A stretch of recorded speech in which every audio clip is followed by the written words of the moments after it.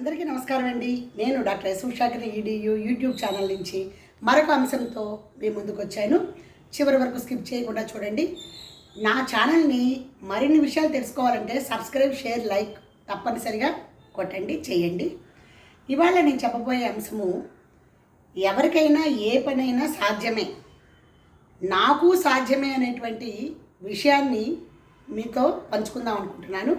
ఈ సందర్భంగా విద్యార్థులైనా మనమైనా ఏదైనా ఒకటి సాధించాలి అంటే ముందు మనము ఒక చిన్న కథ ద్వారా చెప్తాను, అది మీకే అర్థమవుతుంది. తమిళనాడులోని ఒక చిన్న గ్రామంలో, అంటే చాలా పేద కుటుంబంలో పుట్టారు. ఆయన పేరు ప్రేమ్ గణపతి. ఆయన ఆ కుటుంబ బాధ్యతలన్నీ కూడా చూసుకుంటూ చదివింది 10th క్లాస్ వరకే.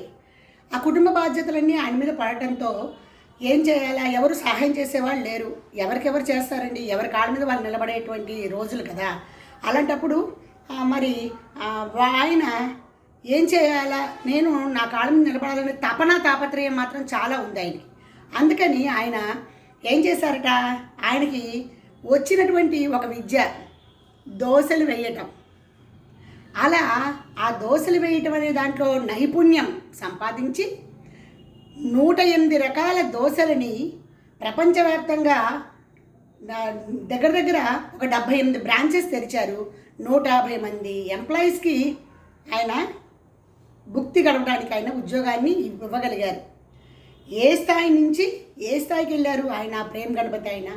మరి అంత కమిట్మెంట్తో, పట్టుదలతో, కుంగిపోకుండా మనకి జరిగేటువంటి ఏవైతే ఆటంకాలు వచ్చాయో మనకు వచ్చేటువంటివి, వాటికి కుంగిపోకుండా ఒక మంచి లక్ష్యంతో, పట్టుదలతో పైకి వచ్చాడు ఆయన.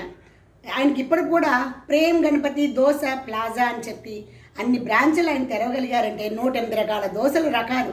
మనకు మామూలుగా ఉల్లి దోశను ఏదో మసాలా దోశ సంథింగ్ అట్లా కొన్ని మనము చూసుకుంటాం.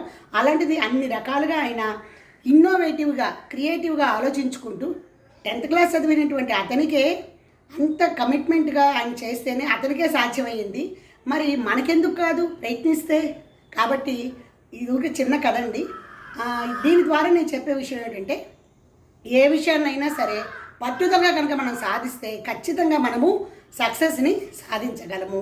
ఇది విద్యార్థులకి వర్తిస్తుంది, మన విషయాల్లోనూ వర్తిస్తుంది. కాబట్టి మీతో పంచుకుందామని చెప్పి ఈ అంశాన్ని నేను చెప్పదలుచుకున్నాను. Thank you. మరో అంశంతో మళ్ళీ కలుద్దాం. బాయ్.